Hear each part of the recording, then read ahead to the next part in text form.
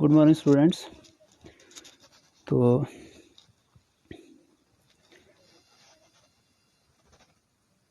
Gender, religion और cast का जो यूनिट हम पढ़ रहे हैं, तो उसका आज हम दूसरा टॉपिक पढ़ने जा रहे हैं। अपनी बुक के पेज नंबर 46 पे आप सभी देखो। तो आज हमें पढ़ना है रिलीजन, कम्युनलिज्म और पॉलिटिक्स। तो पॉलिटिक्स में रिलीजन का रोल क्या है, कम्युनलिज्म कैसे पॉलिटिक्स को इफ़ेक्ट करती है, ये सारी चीज़ें आज हम इस वीडियो में पढ़ेंगे। चलिए शुरू करते हैं। पेज नंबर 46, पॉलिटिकल साइंस की book. So let us now turn to a very different kind of social division, the division based on religious differences. तो आज हमें एक ऐसी सोशल डिवीजन के बारे में पढ़ना है जो मज़हब के इख्तलाफात पे बेस करती है। अब ये जो डिवीज़न है वो यूनिवर्सल नहीं है, जैसे जेंडर की जो डिवीज़न थी वो हर जगह पे होती है, ये वैसे नहीं है। लेकिन फिर भी जो रिलीजियस डाइवर्सिटी है, जो डिफरेंट काइंड्स ऑफ रिलीजन्स हैं, वो पूरी दुनिया में देखे जाते हैं। अब बहुत सारे मुल्क हैं, जैसे इंडिया है, उनकी पॉपुलेशन में बहुत सारे रिलीजन्स को मानने वाले लोग हैं। जैसे हमने नॉर्दर्न आयरलैंड के केस में देखा था। So even when most of the people belong to the same religion, there can be serious differences about the way people practise that religion. अब ऐसा भी होता है कि एक ही रिलीजन को मानने वाले लोग भी उसी रिलीजन के अंदर डिफरेंट तरीके से उसको प्रैक्टिस करते हैं। मतलब एक ही रिलीजन में बहुत सारे सेक्ट्स भी हो सकते हैं। सो रिलीजियस डिफरेंसेस जो हैं वो भी पॉलिटिक्स में एक्सप्रेस होते रहते हैं। तो पहले हम गांधी जी की कुछ उन्होंने बातें कही थी उनको देखते हैं। तो Gandhi ji used to say that religion can never be separated from politics. तो गांधी जी हमेशा कहा करते थे कि मज़हब को सियासत से अलग नहीं किया जा सकता। So what he meant by religion was not any particular religion. अब रिलीजन से उनका मतलब कोई एक धर्म नहीं था, बल्कि उनका मतलब था कि जो रिलीजियस वैल्यूज़ होती हैं उसको वो बोलते थे कि उनको हम पॉलिटिक्स से अलग नहीं कर सकते। और वो कहते थे कि अगर पॉलिटिक्स में वो रिलीजियस वैल्यूज़ को इनकॉर्पोरेट करेंगे हम, तो पॉलिटिक्स जो है वो बहुत ज़्यादा अच्छी हो जाएगी। उसके बाद कुछ ह्यूमन राइट्स ग्रुप्स हैं, वो कहते हैं कि जो भी कम्युनल राइट्स के विक्टिम्स हैं, मतलब जब भी कोई मज़हब के नाम पे दंगा फसाद होता है, तो वो हमेशा वो लोग होते हैं जो माइनॉरिटीज़ में, मतलब उन मज़हबों को मानने वाले लोग जो कम तादाद में किसी भी मुल्क में पाए जाते हैं। तो इसलिए वो कहते हैं, गवर्नमेंट को ये बात बोलते हैं कि गवर्नमेंट कुछ ऐसे स्टेप्स ले जिससे रिलीजियस माइनॉरिटीज़ को प्रोटेक्ट किया जा सके, मतलब उन लोगों को महफूज रखा जा सके जिनके रिलीजन को मानने वाले लोग कम होते हैं। उसके बाद जो वुमेंस मूवमेंट है, जो औरतों की तहरीकें हैं, वो हमेशा कहती हैं कि फैमिली लॉज जो हैं, जो भी मज़हब ने, हर एक मज़हब ने जो फैमिली लॉज बनाए होते हैं, तो वो सारे जो हैं वो औरतों के ख़िलाफ़ हैं। इसलिए वो कहते हैं कि गवर्नमेंट ऐसे कानून जो बने हैं उनको चेंज करे। सो अब ये जो हमने एग्जांपल्स पढ़ी हैं, इनसे यही लगता है कि रिलीजन और पॉलिटिक्स के बीच में एक बहुत बड़ा रिलेशन है। लेकिन ये ऐसा रिलेशन नहीं है जो बहुत ज़्यादा ख़तरनाक हो। So ideas, ideals and values drawn from different religions can and perhaps should play a role in politics. तो जितने भी मज़हब हैं उनमें जो वैल्यूज़ हैं, जो कदरें हैं, जो आइडियल्स हैं उनके, तो वो पॉलिटिक्स में एक रोल जो है वो एक किरदार निभा सकते हैं और निभाना चाहिए। People should be able to express in politics their needs, interests and demands as a member of a religious community. तो किसी भी मज़हब के मानने वाले जो हैं वो सियासत में अपनी ज़रूरतों को, अपने इंटरेस्ट को, अपनी डिमांड्स को रख सकते हैं। Those who hold political power should sometimes be able to regulate the practice of religion so as to prevent discrimination and oppression. और जो लोग पावर में हैं, जिनके पास हुकूमत है, तो वो क्या करते हैं, कभी कभी जो रिलीजियस प्रैक्टिसेस हैं उनको रेगुलेट कर सकते हैं ताकि जो भी डिस्क्रिमिनेशन है, नाइंसाफ़ी है, ऑपरेशन है, उसको रोका जा सके। And these political acts are not wrong. अब ये जो अगर वो रिलीजन को रेगुलेट करते हैं ताकि किसी के साथ कोई नाइंसाफ़ी ना हो, तो इनको हम गलत नहीं बोल सकते। लेकिन उनको करना क्या है कि सभी मज़हबों को बराबर देखना है। अब आ गया कम्युनलिज़म। अब रिलीजन को जब कम्युनलिज़म की शेप में एक्सप्रेस किया जाता है तब ये ख़तरनाक होता है, तब ये प्रॉब्लम क्रिएट करता है। So the problem begins when religion is seen as the basis of a nation. तो जब हम किसी मुल्क के बुनियाद ही मज़हब को बना के रख लेंगे, मतलब थियोक्रेटिक स्टेट हम क्रिएट करने की कोशिश करेंगे, तो तब प्रॉब्लम क्रिएट होती है। जैसे हमने नॉर्दर्न आयरलैंड के केस में देखा कि वहाँ पे वो क्रिश्चियनिटी के जो एक सेक्ट था उसको वो सब पे लागू करना चाहते थे, तो तब खतरा पैदा होता है। उसके बाद ये प्रॉब्लम और ज़्यादा बढ़ जाती है जब रिलीजन को एक्सक्लूसिव टर्म में और पार्टीशन टर्म्स में एक्सप्रेस किया जाता है। मतलब पार्टीशन मतलब एक ही रिलीजन की साइड ली जाती है और सिर्फ रिलीजन को ही कंट्री का बेसिस बना दिया जाता है।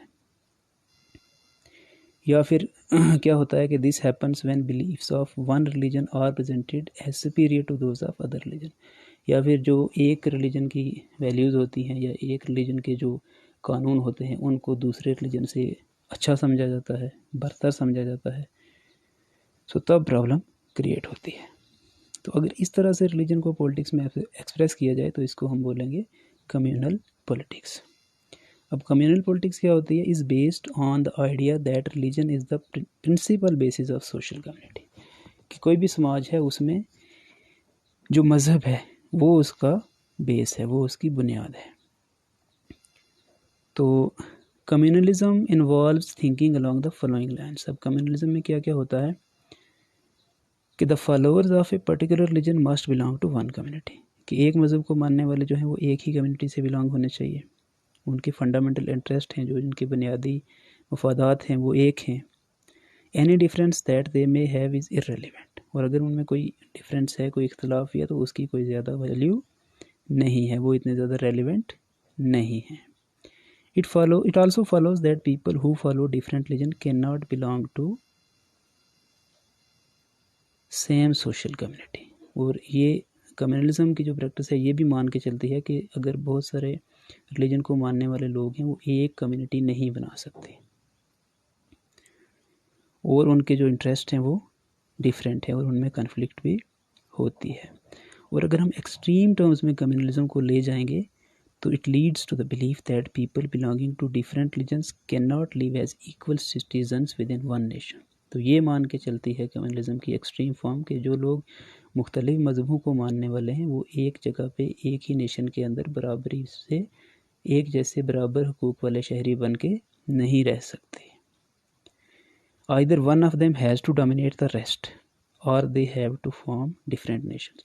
उसमें फिर यह क्या होगा कि एक मज़हब के लोग दूसरों को दबा के रखेंगे या फिर अलग अलग मज़हब के लोग अपना अपना अलग अलग नेशन बना लेंगे। अब ये जो बात है ये बिल्कुल गलत है। People of one religion do not have the same interest and aspirations in every context. अब एक ही मज़हब के लोग जो हैं वो हर जगह पे एक जैसे नहीं होते, हर जगह पे उनके इंटरेस्ट सेम नहीं होते। There are many voices inside every community. तो हर एक कम्युनिटी के अंदर, हर एक बरादरी के अंदर बहुत सारी अलग अलग वॉइसेस, अलग अलग आवाज़ें होती हैं, अलग अलग चीज़ें होती हैं और इन सभी को सुनना पड़ता है। सबका हक है कि उनको सुना जाए। Therefore, any attempt to bring all followers of one religion together in context other than religion is bound to suppress many voices within that community. तो अगर कोई ऐसी कोशिश की जाए कि सभी जो रिलीजन को मानने वाले हैं उनको एक जैसा बना के रखने की कोशिश की जाए तो इससे क्या होता है कि जो डिफरेंट वेज होते हैं, जो डिफरेंट वॉइसेस होती हैं उनको दबा दिया जाता है। अब पॉलिटिक्स में कम्युनलिज्म कितनी फॉर्म्स में एक्सप्रेस होती है? तो सबसे पहले the most common expression of communalism is in everyday beliefs. These routinely involve religious prejudices, stereotypes of religious communities, and belief in the superiority of one religion over the other religions.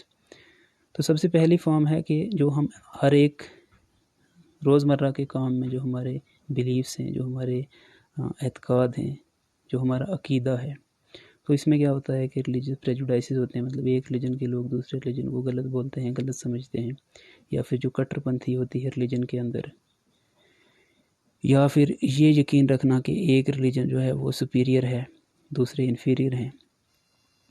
This is so common that we often fail to notice it. अब ये इतना ज़्यादा आम हो गया कि हम इसको नोटिस नहीं कर पाते। दूसरा, a communal mind often leads to a quest for political dominance of one's own religious community. अब जो भी कम्युनल माइंड के आदमी होते हैं वो क्या करते हैं कि हमेशा इस कोशिश में लगे रहते हैं कि हमारा जो रिलीजन है वो उसकी डोमिनेंस होनी चाहिए, उसका बोलबाला होना चाहिए। For those belonging to majority community this takes the form of majoritarian dominance. अब जो लोग ज़्यादा होते हैं जिस मज़हब के मानने वाले, तो अगर वो ऐसा सोचना शुरू कर देंगे तो इससे क्या हो जाएगा, मेजॉरिटेरियन डोमिनेंस हो जाएगी। मतलब जो लोग ज़्यादा हैं, जिस मज़हब को मानने वाले लोग ज़्यादा हैं, उनका बोलबाला हो जाएगा। और जो लोग कम हैं उनके अंदर ये ख्वाहिश आ जाएगी कि हमें दबाया जा रहा है, इसलिए हम एक अलग से अपना मुल्क बना लेंगे। सेपरेट पॉलिटिकल यूनिट के चक्कर में वो लोग पड़ जाते हैं। तीसरी फॉर्म है political mobilisation on religious lines. तो अब क्या होता है, जब ऐसी सिचुएशंस क्रिएट हो जाती हैं तो फिर जो कुछ लीडर्स होते हैं वो लोगों को मोबिलाइज करना शुरू करते हैं, इकट्ठा करना शुरू करते हैं मज़हब के नाम पे।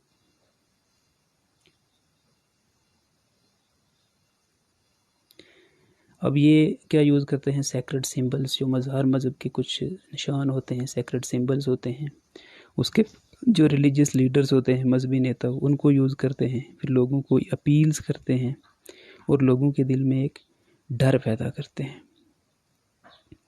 अब जब इलेक्शन होता है तो ये स्पेशल अपील्स करते हैं ये leader to the interest and emotions of voters को, कि आप किसी एक पर्टिकुलर रिलीजन को मानने वाले हो तो आप उसी रिलीजन के लोगों को वोट दो, क्योंकि हमें दूसरे रिलीजन से ख़तरा है, हमें अपने रिलीजन को बचाना है, इसलिए हमें पावर में आने की ज़रूरत है।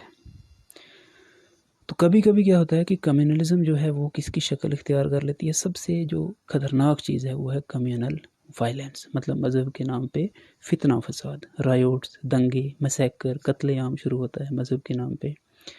जैसे जब हमारी कंट्री की पार्टीशन हुई थी, इंडिया और पाकिस्तान बने थे, तो सबसे ख़तरनाक किस्म के सबसे बुरे कम्युनल राइट्स हुए थे। उसके बाद जब आज़ादी के बाद भी लार्ज स्केल कम्युनल वायलेंस हमें अपनी कंट्री में देखने को मिले हैं। तो ये वो सारी फॉर्म्स हैं जो कम्युनलिज्म पॉलिटिक्स में इख्तियार करती है। अब नेक्स्ट है सेकुलर स्टेट। अब सेकुलर स्टेट क्या होता है, सेकुलर स्टेट एक ऐसी स्टेट होती है, एक ऐसी कंट्री होती है जिसका अपना कोई ऑफिशियल रिलीजन नहीं होता और वो किसी एक पर्टिकुलर रिलीजन को प्रमोट नहीं करती और सभी रिलीजन्स को इक्वल नज़र से देखती है। इसलिए हमारे जो कॉन्स्टिट्यूशन मेकर थे उन्होंने हमारी कॉन्स्टिट्यूशन में इंडिया को एक सेकुलर स्टेट बनाया है। अब हम यहाँ पे देखेंगे कि इंडिया कैसे सेकुलर स्टेट है। तो सबसे पहले there is no official religion for the Indian state. हमारी कंट्री का, हमारी मुल्क का कोई भी ऑफिशियल रिलीजन नहीं है, स्टेट का कोई मज़हब नहीं है। जैसे श्रीलंका में बुद्धिज़्म को स्टेट का रिलीजन माना जाता है, पाकिस्तान में इस्लाम का चर्चा है, या फिर क्रिश्चियनिटी है इंग्लैंड में। तो ऐसा हमारा कॉन्स्टिट्यूशन किसी एक मज़हब को कोई स्पेशल स्टेटस नहीं देता। उसके बाद हमारे कॉन्स्टिट्यूशन में सभी मज़हब के मानने वालों को पूरा राइट है, right to freedom of religion. वो अपने मज़हब को प्रोफेस कर सकते हैं, मान सकते हैं, प्रैक्टिस कर सकते हैं, अपनी इबादत वगैरह कर सकते हैं, उसको प्रोपोगेट कर सकते हैं, उसकी तबलीग कर सकते हैं, उसको फैला सकते हैं। और उनको ये भी हक़ है कि वो किसी भी मज़हब को ना भी माने तो भी उनको ये पूरा हक़ है। तो दूसरे नंबर पे हमारा कॉन्स्टिट्यूशन मज़हब के नाम पे किसी किस्म की डिस्क्रिमिनेशन अलो नहीं करता। तो कभी कभी क्या होता है कि at the same time constitution allows the state to intervene in the matters of religion. तो कभी कभी जो कॉन्स्टिट्यूशन है वो अलो करता है स्टेट को, गवर्नमेंट को, कि वो मजहबी मसलों में मुदाखलत करे। क्यों करे? In order to ensure equality within religious communities, ताकि जितनी भी रिलीजियस कम्युनिटीज़ हैं उनके बीच में बराबरी लाई जा सके। जैसे अनटचेबिलिटी को बैन किया। अब अनटचेबिलिटी एक हिंदुज़म में एक रिलीजियस प्रैक्टिस थी जिसमें कुछ एक लोगों को जो था वो कम्युनिटीज़ को बाहर रखा जाता था। जैसे हिंदूज़ में 4 वर्णास होते हैं, ब्राह्मण, क्षत्रिय, शूद्रास और वैश्यास। तो उनमें जो पहले 3 हैं उनको बोलते हैं अपर वर्णास या हायर क्लासेस, और जो लास्ट वाले उनको बोलते हैं लोअर वर्ना। तो पहले दौर में क्या होता था कि जो लोअर वर्ना था उनको बड़ी जो कास्ट थी वो अपने से दूर रखती थी, उनको अनटचेबल जो था वो कहा जाता था कि उनके साथ किसी किस्म का कोई मेल मिलाप नहीं रखना है, उनके साथ खाना नहीं है, उनके साथ उनमें शादी नहीं करती है, उनको अपने जहाँ पे कम्युनिटी वो हायर क्लासेस की रहती, हायर कास्ट की रहती थी, वहाँ पे रहने नहीं देना है। तो इन सारी प्रैक्टिस को बोलते थे अनटचेबिलिटी। तो इसको हमारी कंट्री के कॉन्स्टिट्यूशन ने टोटली बैन कर दिया अंडर आर्टिकल 17। सो इस तरह से अगर हम देखेंगे तो secularism is not just an ideology of some parties और पर्सन। तो सेकुलरिज्म जो है वो किसी एक पार्टी की आइडियोलॉजी नहीं। हमारी कंट्री में जितने भी पॉलिटिकल पार्टीज हैं, तो अगर हम उनकी बेसिक आइडियोलॉजी पढ़ेंगे तो सेकुलरिज्म को सभी फॉलो करते हैं। तो ये जो आइडिया, ये हमारी कंट्री की बुनियाद है। So communalism should not be seen as a threat to some people in India, it threatens the very idea of India. अगर हम कम्युनलिज्म को उसकी वर्स्ट फॉर्म में प्रैक्टिस करते हैं तो ये किसी एक बंदे के लिए या किसी एक कम्युनिटी के लिए खतरा नहीं, ये पूरी कंट्री के लिए ही खतरा है। तो इसीलिए हमें कम्युनलिज्म को रोकना है। A secular constitution like ours is necessary but not sufficient. अब हमारा जो कॉन्स्टिट्यूशन है वो सेकुलर है, उसकी हमें ज़रूरत है, लेकिन ये सफिशेंट नहीं है कम्युनलिज्म को रोकने के लिए। Communal prejudices and propaganda need to be counted in everyday life and religion-based mobilization needs to be counted in the arena of politics। तो ये जो कम्युनल प्रेजुडाइस है, कुछ लोग जो कम्युनलिज्म को वर्स्ट फॉर्म में प्रैक्टिस करते हैं, उसको रोकने की ज़रूरत है। और ये हर एक रोज़ हमें, हर दिन जो हमारी एवरीडे लाइफ है उसमें हमें रोकने की इसको ज़रूरत है। और जो रिलीजियस बेस्ड मोबिलाइजेशन है, जो मज़हब के नाम पे लोगों को मोबिलाइज़ किया जाता है, उसको भी रोकने की ज़रूरत है। तो आज के लिए हम इतना ही रखेंगे। कल हम पढ़ेंगे कास्ट और पॉलिटिक्स, मतलब सियासत में कास्ट का क्या रोल है, कास्ट कैसे पॉलिटिक्स को इफ़ेक्ट करती है। तो ये सारा हम कल की हमारे लेसन में पढ़ेंगे। तो अब क्वेश्चन देख लेते हैं। State different forms of communal politics with one example each. तो हमें क्या करना है, डिफरेंट फॉर्म्स बतानी है कम्युनल पॉलिटिक्स की। तो अभी हमने जो पढ़ी है कि पॉलिटिक्स में कम्युनलिज्म किस किस फॉर्म में जाहिर होता है।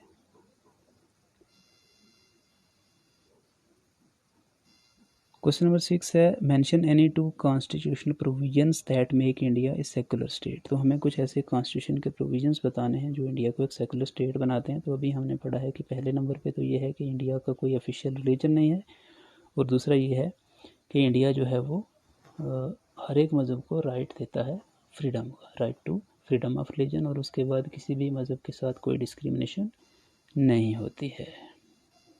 तो अब आपको ये क्वेश्चन जो है ये अटैम्प्ट करने हैं, और कल हम पढ़ेंगे कास्ट एंड पॉलिटिक्स।